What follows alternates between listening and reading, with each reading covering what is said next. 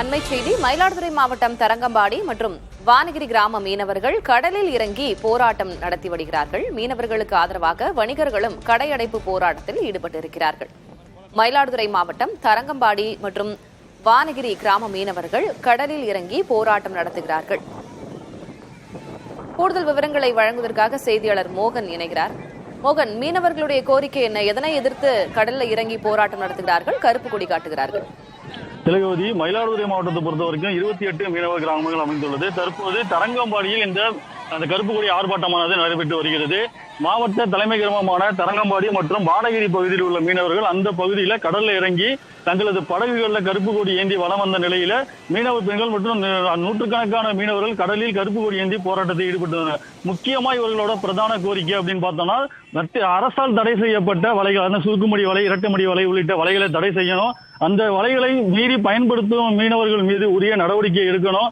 அதே போல அதிவேக விசைப்படகுகள் பயன்படுத்தி மீன் பிடிக்கிறத உடனடியாக தடை செய்யணும்.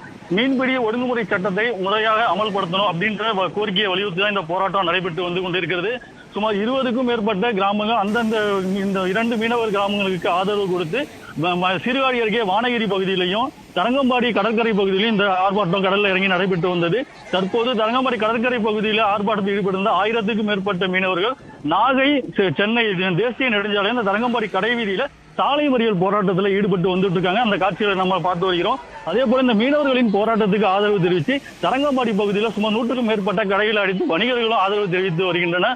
தொடர்ந்து இந்த சாலை மறியல் போராட்டம் நடைபெற்று வருவதால இந்த நாகை சென்னை தேசிய நெடுஞ்சாலையில போக்குவரத்து முழுவதுமாக பாதிக்கப்பட்டிருக்கு. போலீசார் பேச்சுவார்த்தை நடத்தினாலும் மீன்வளத்துறை அதிகாரிகள் தங்களிடம் நேரடியாக பேச்சுவார்த்தை நடத்த வேண்டும். உரிய எழுத்துப்பூர்வமான உறுதி அளித்தால் மட்டுமே தங்களது போராட்டத்தை கைவிடுவோம் என்று வலியுறுத்தி மீனவர்கள் தொடர்ந்து சாலை மறியல் போராட்டத்தில் ஈடுபட்டு வந்துட்டு இருக்காங்க. திலகவதி, கள விவரங்களை வழங்கியதற்கு நன்றி மோகன்.